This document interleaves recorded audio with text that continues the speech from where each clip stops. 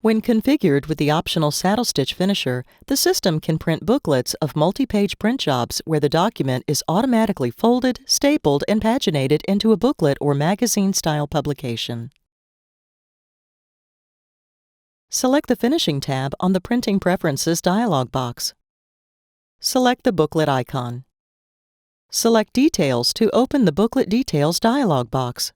Select the Output Document Layout drop-down box. Select the booklet size. Under Page Order, select the page order for the booklet. To add a margin space between facing pages, enter a width in the center field. To add a margin on the outside edge, enter a width in the outer field. To fold the document at its center, check the Folding checkbox. To double staple the center, check the Staple down the center checkbox. Select OK to close the dialog box. Set additional print options and select OK. Select Print to send your booklet print job.